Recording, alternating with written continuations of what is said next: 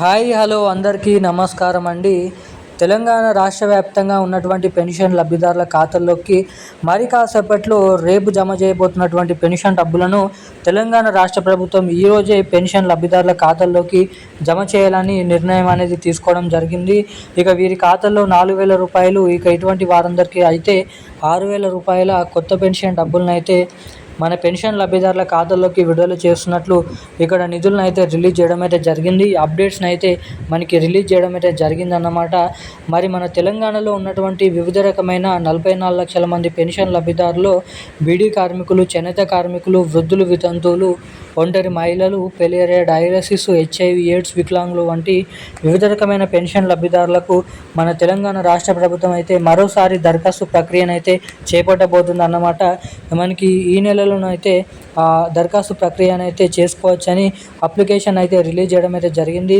మీరు అప్లై చేసుకొని మీరు ఎలిజిబిలిటీకి కరెక్ట్గా సెట్ అయినట్లయితే మీకు వికలాంగులత్వం, వృద్ధులు వంటి పెన్షన్ డబ్బుల్ని పొందే అవకాశాలు అయితే ఉంటాయి, ఎవరికైతే ఇప్పటివరకు పెన్షన్ డబ్బులు వస్తలేవో.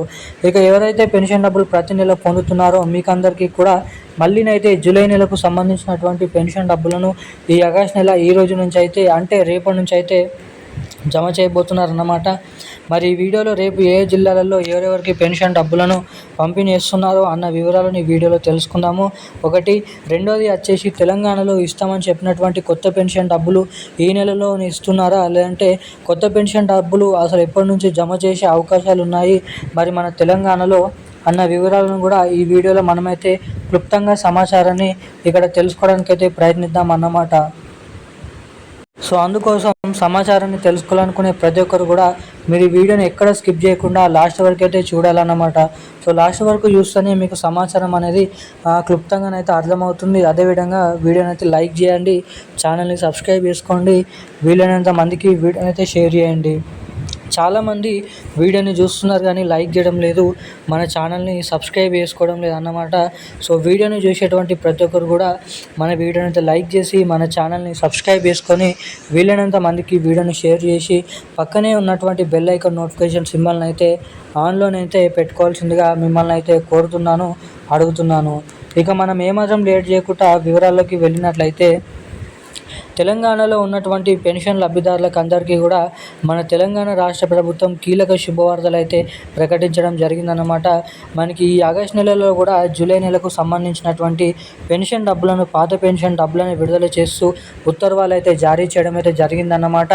వివిధ రకమైన పెన్షన్ లబ్ధిదారుల ఖాతాల్లోకి త్వరలో 4,000 రూపాయలను, 6,000 రూపాయలను, అంటే సెప్టెంబర్ నెల లేదంటే దసరా పండుగ కానుకగానైతే తెలంగాణలో ఈ కొత్త పెన్షన్ డబ్బులను అయితే రిలీజ్ చేసే అవకాశాలు అయితే తెలంగాణలో ఉన్నట్లుగానైతే సమాచారాలు అయితే ఏర్పడడం అయితే జరిగిందన్నమాట.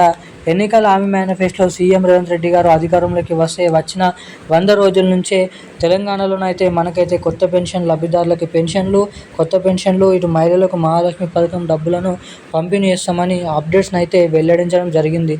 కానీ ప్రభుత్వం అధికారంలోకి వచ్చి ఎటువంటి అప్డేట్స్ అనేది రిలీజ్ చేయలేదు. మరి ఈ 2 కొత్త పథకాలు త్వరలోనైతే దసరా పండుగ కానుకగా రిలీజ్ చేసే అవకాశాలు అయితే ఉన్నాయని అయితే సమాచారం అయితే ఉంది.